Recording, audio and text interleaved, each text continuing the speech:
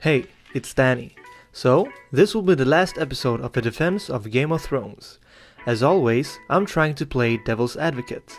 I have my problems with the ending of this series, but there's no reason for me to pile on the countless videos made already on this topic, so I will do something different. This video will also be a response to Ethan Klein's opinions on the H3 podcast.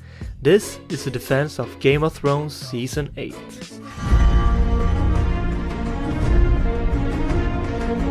One, the Unsullied leave the continent, yet Jon is banished to the north. Jon is banished to the north because he kills Daenerys. The Unsullied, Daenerys' army, says he must be punished. They're the only ones that care. They leave before Jon, yet Jon still has to go live his whole life on the Night's Watch.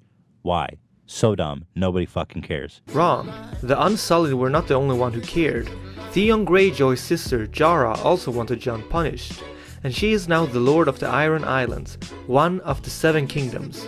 I don't remember if there were anyone else who still stood by Dany's side after the massacre in King's Landing, but I wouldn't be surprised. Also, just because the Unsullied left Westeros doesn't mean they can't keep up with what's going on there. They could easily send a spy and a new war would begin. Bran is the king. Why is Bran the king? I feel like they literally only did that to subvert expectations. They didn't build it up. They didn't justify it. I do agree that Bran becoming king was not justified. I always expected him to do something else, and that's also what I would have preferred. But, if built up correctly, it would perhaps not have been a bad choice. Bran becoming king wasn't the worst choice the series made. He is an all-knowing person who shows no empathy for anything other than what is best for the realm. How can someone else be better realistically? Also, Bran the Broken is the title they gave him. Is it that bad? With such a name that people can relate more to their ruler. He is not put on some kind of pedestal that he is far much greater. He is broken, just as everyone else. Now mark my words, I guarantee you to this day, everything they make from now on will be shit. Because we are going to see their true talent as filmmakers. They were only good because they were working with George R. R. Martin. They had the source material to work from, and the show was fantastic because they were able to work with that. That is not fair. The show had made some changes from the books that were not criticized. One of them was even something George R. R. Martin said he thought he perhaps should have done, which was exploring Robb Stark even more. Dan and Dave took that decision, and it was a good decision. The portrayal of Shay and Littlefinger have differed from the book and the inclusion of Rose. All these changes have not necessarily been bad, and saying Dan and Dave only did well because of the source material is kinda stupid. They still needed to understand said source material to make the best out of it, which they did for some seasons. Here's George R. R. Martin talking about it. Dave and Dan, when they I don't come remember through. if I showed this. How you doing? Why is it ending? I don't know. Ask Dave and Dan when they come through.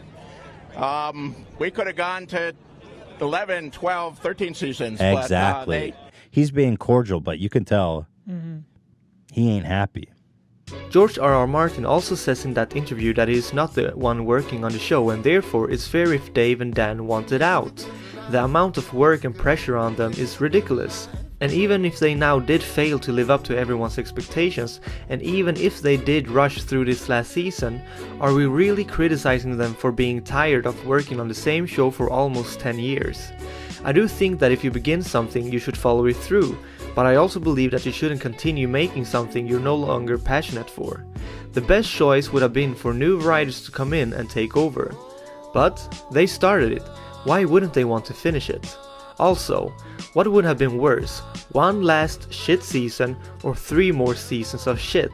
And one more thing, from what I've heard, Dan and Dave was not the only ones who wanted out. A lot of actors also wanted an end to the series to continue with other projects. Okay, so that was some of the points from a 25-minute video I thought I could kind of rebuttal. Other than this, most of Ethan's points are fair, and I do want to end this video with my own thoughts.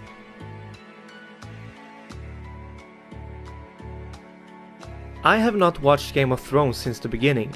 I started watching after season 3 I think, but nonetheless I was a big fan. I'm a sucker for fantasy films and I just loved Game of Thrones from the first minute I watched it. And sadly, I do agree with a lot of the criticism that has been directed at the writing. And let me emphasize that, the writing. Everything else is still really good. The action, the CGI, the acting, the sets, everything is extremely well made. But the writing is what has let this season down the most. Characters have done things they otherwise wouldn't have done.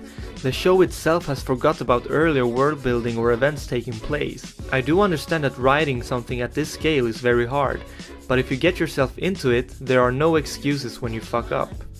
Of course, mistakes can be forgiven, but this season has been more than a mistake. It's just been rushed, which is sad. I will continue reading the books and hopefully I will get my satisfying ending there. I'm not ready to leave this world behind me on this note. Also, I do want to add that I'm very grateful for all the moments the show brought me. This season shouldn't tarnish what has been so great for so many years. The show have not only taught me a lot about writing, but also much about cinematography and so on. And for that I will always be grateful. I hope we can remember Game of Thrones for all the good it brought us, and I hope we can forgive it for the disappointment it brought us in the end. Because no matter what, it has been a groundbreaking show that at least I am happy that I saw. This has been the last video of A Defense of Game of Thrones Season 8, and I hope we can all remember what made us love it in the first place.